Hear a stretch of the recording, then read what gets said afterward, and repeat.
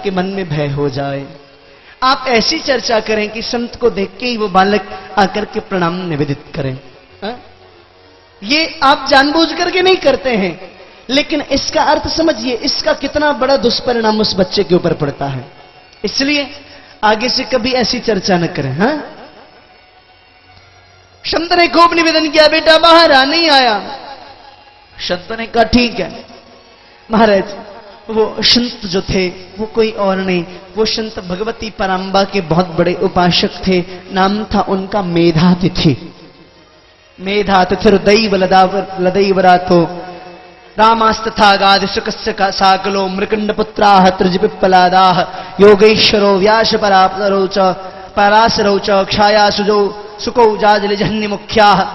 जो संतों का समूह है, प्रधान समूह, उसमें के प्रधान संत है मेधातिथि। महाराज गृहस्थ परिवार को संत ने कहा, देवी चिंता न करो, जब हम बाहर निकल जाएं, बाहर की ओर चलने लग जाएं और बालक आपका बाहर निकले तो हमको सूचित कर देना। कहा ठीक है। संत बाहर निकल गए। बालक उत्पलव ने पूछा, भैया क्या संत चले गए? बोले हाँ चले गए। उसी समय उसने दरवाजा खोली। मेधातिथि के शिष्य बार बार पीछे मुड़ मुड़ करके देखते हुए जा रहे हैं, मुड़ मुड़ करके पीछे देखते हुए जा रहे हैं बार बार कि वो बालक निकला कि नहीं उत्पलव। अचानक एक शिष्य ने कहा, गुरुजी उत्पलव बाहर निकल गया है। महाराज मेधातिथि ने कहा, फिर तो बहुत अच्छी बात है। महाराज हट्टे कट्टे संत को दौड़ाई, दौड़ लगाते हुए गए एक संत और जाकर के महाराज उस बालक के बाल को पकड़ लिया और घसीटते हुए लेकर के आए संत मेधातिथि के पास में। मेधातिथि ने बहुत जोर से फटकार लगाई, मूर्ख, तेरे परिवार में सब भगवत भजन करने वाले हैं, तो जानता है इस लड़का क्या हश्र होगा? मिट्टी में मिले मिट्टी, बाकी ये राख होगी, सोने सी तेरी काया, जल करके खाक होगी, दुनिया को छोड़ तेरा मरघट में वास होगा, 2 गज कफन का टुकड़ा तेरा लिवाश होगा, तेरा लिवाश होगा। हैं? ये क्या करता है तू? पराम्बा का स्मरण क्यों नहीं करता? तेरे घर में सब नवार्ण मंत्र का अखंड जप चलता है, तू क्यों नहीं जपता?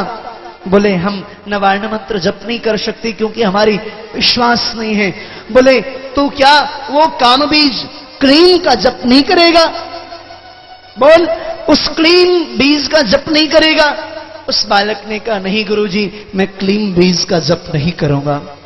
गुरुजी ने फिर दूसरी बार कहा, बोल सत्य बता, तू क्लीन बीज का जप करेगा कि नहीं? बच्चे ने कहा, नहीं गुरुजी, मैं क्लीन बीज का जप नहीं करूंगा। फिर तीसरी बार कहा, बोल तू क्लीन बीज का जप करेगा कि नहीं? बच्चे ने कहा, नहीं करूंगा क्लीन बीज का जप। संत मेधातिथि ने कहा, भैया मेरा तो काम हो गया, अब तू अपना जीवन संभाल। तेने धोखे ही सही, लेकिन 3 बार इस महामाया के महाराज दिव्य बीज का उच्चारण कर लिया है। सुन, अब मैं तेरे से एक निवेदन कर दूं, ये संरक्षण मंगुर है, आज है कल नष्ट हो जाएगा, कौन जानता है। सबकी मृत्यु समीप आती है, तेरी भी मौत नजदीक आएगी। तेरी मौत जिस दिन आए, जब तू तो स्वर्ग में जाने वाला है नहीं, तू तो जाएगा नरक में। लेकिन जब यम के दूत तुझे पकड़ने के लिए आए तो तू उनसे क्वेश्चन करना, प्रश्न करना। क्या? बोले धोखे से जीवन में किसी ने एक बार यदि बीज मंत्र का उच्चारण कर ले तो उसका क्या फल है? कोई धोखे से एक बार बीज मंत्रोच्चार कर ले तो उसका क्या प्रतिफल है? का ठीक है। संत चले गए, लेकिन अब इसका जीवन परिवर्तित होने लगा। धीरे धीरे समय व्यतीत हुआ। अब दिन रात यही चिंतन करता है, मेरी तो मृत्यु निकट आ गई है, मैं मरूंगा, यमदूतों के यहां ही जाऊंगा, नरक में ही जाऊंगा। लेकिन मुझे यमराज से पूछना है, यमराज के दूतों से पूछना है कि भाई जो जीवन में धोखे से एक बार बीज मंत्रोच्चार कर ले तो उसका क्या लाभ है? ध्यानपूर्वक श्रवण कर लो, बीज मंत्र का कितना बड़ा प्रभाव है। अभी एक बहुत बड़े संत हुए, मैंने देखा इन दिनों, हमारा बहुत स्नेह है, श्री रामायण में पात्र हुए जो बाली, उनसे हमारा बड़ा स्नेह है। तो उन्होंने एक बार उन संत से मिलवाया। उनको बोलते हैं ब्रह्मर्षि कुमार स्वामी। ब्रह्मर्षि कुमार स्वामी, आप लोगों ने कभी टीवी आदि में उनको देखा हो। उनका बीज सिद्ध है, उनका बीज मंत्र उन्होंने सिद्ध किया हुआ है और उनका प्रभाव इतना बड़ा हो गया है, अभी इतना बड़ा प्रभाव हो गया है साईं जी कि पूरे विश्व में अगर सनातन धर्म में किसी एक महात्मा को विश्व का सबसे ताकतवर व्यक्ति मानता है ओबामा किसी को, तो वो उसी महाराज जी को मानता है खाली। जी ओबामा जी उनके शिष्य हैं बीज मंत्र का। और आप उनके सत्संग में खाली चले भर जाएं तो वो अपने मुख से जो बीज मंत्र बोल दे तो उनका मंत्र इतना सिद्ध हो गया है कि आपका श्रवण करते मात्र ही आपके असाध्य रोग समाप्त हो जाते हैं। इतनी शक्ति है उसमें।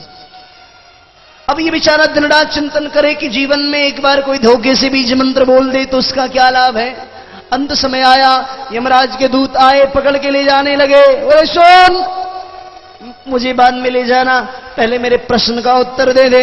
यमराज के दूतों ने कहा बोलिए जी, आपके प्रश्न का उत्तर दूंगा। बोले धोखे से अपने जीवन में यदि कोई जीव नवायण मंत्र का उच्चारण कर ले, बीज मंत्र उच्चार कर ले उस परम्मा का, तो उसका क्या प्रभाव है। दूतों ने कहा भैया हमको ये सब नहीं मालूम, किस व्यक्ति को कौन से नरक में डालना है ये तो मैं जानता हूं, लेकिन बीज मंत्र का क्या प्रभाव है, नवायण का क्या प्रभाव, ये मैं नहीं जानता। अच्छा नहीं जानते, कौन जानता होगा। बोले मेरे यमराज महाराज जानते होंगे। बोले फिर मुझे ले चलो अपने यमराज के पास में, मैं उन यमराज जी से पूछूंगा। महाराज पालकी लाया गया, पालकी में बिठाया गया उस व्यक्ति को, तपलब को, और महाराज बिठाल करके महाराज ले जाने लगे हैं यमराज के पास। यमराज ने देखा कौन, कोई लगता है बहुत बड़े महात्मा आ रहे हैं, तभी तो हमारे दूत विमान में बिठाल के ला रहे हैं।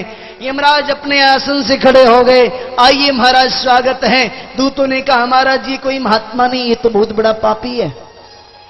बोले पापी को फिर विमान में बिठाल करके क्यों ला रहे हो। बोले महाराज ये प्रश्न करता है कि धोखे से यदि जीवन में कोई एक बार नवार मंत्रोच्चारण कर ले, बीज मंत्रोच्चारण कर ले, तो उसका क्या प्रभाव है। ओहो ऐसा पूछता है। बोले हाँ।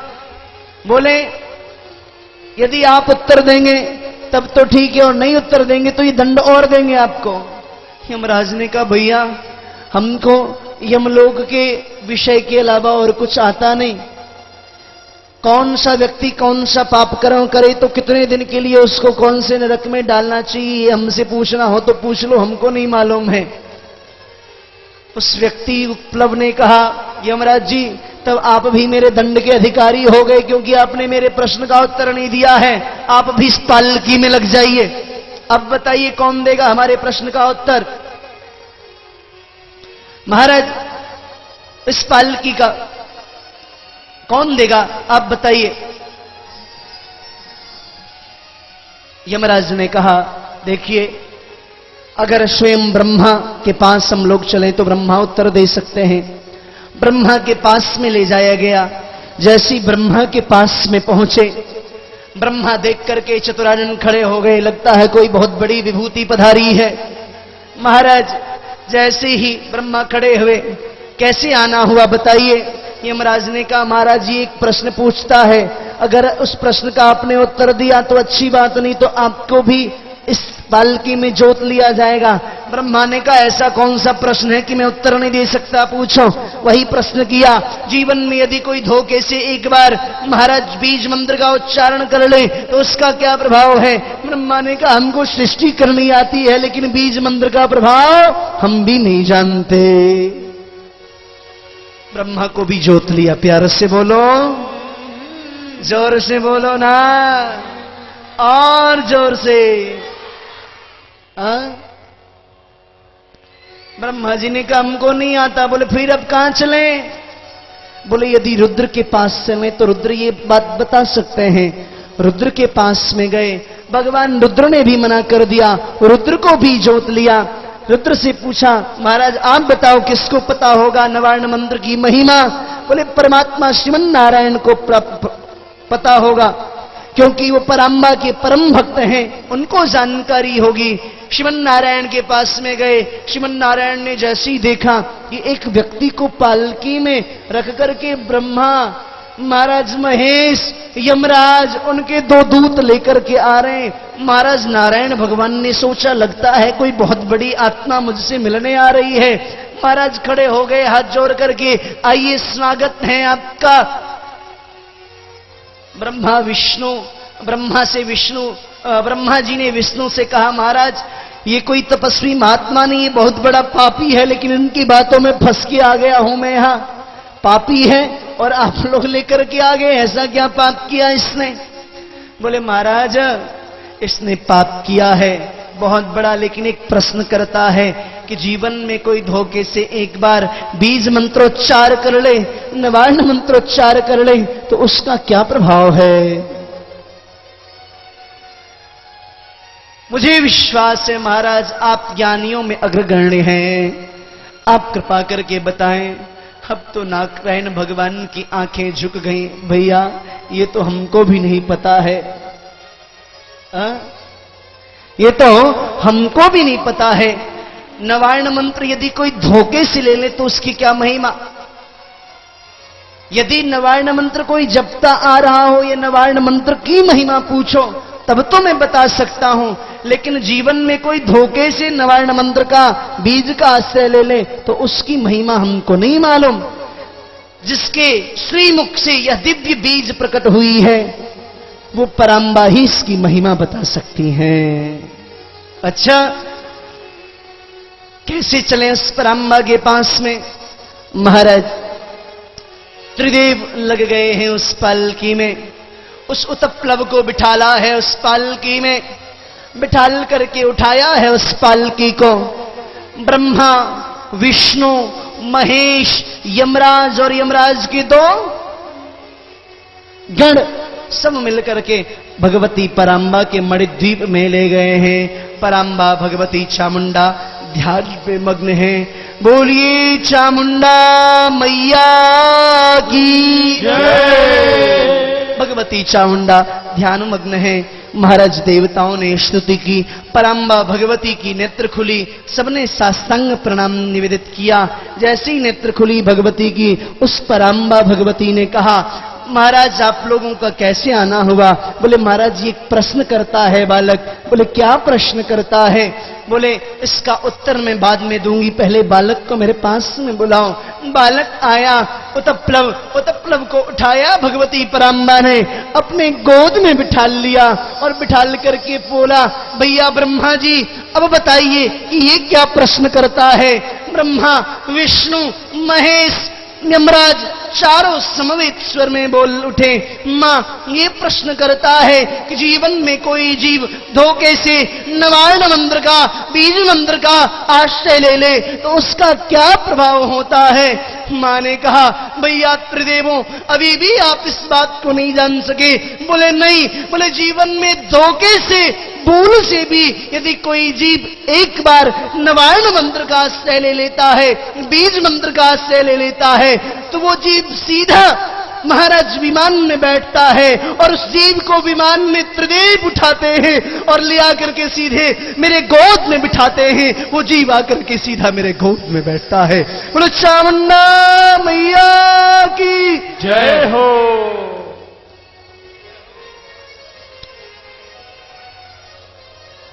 उस नवार्ण मंत्र की इतनी महिमा भगवान वेदव्यास जन्मेजय से कहते हैं। जन्मेजय उन त्रिदेवों ने मिलकर के भगवती की स्तुति की है। मां ये महिमा हमें न मालूम थी, आप कृपा करो कि इसका ज्ञान हमें भी हो सके। त्रिदेवों ने मिलकर के परमात्मा उस भगवती पराम्बा की स्तुति की है।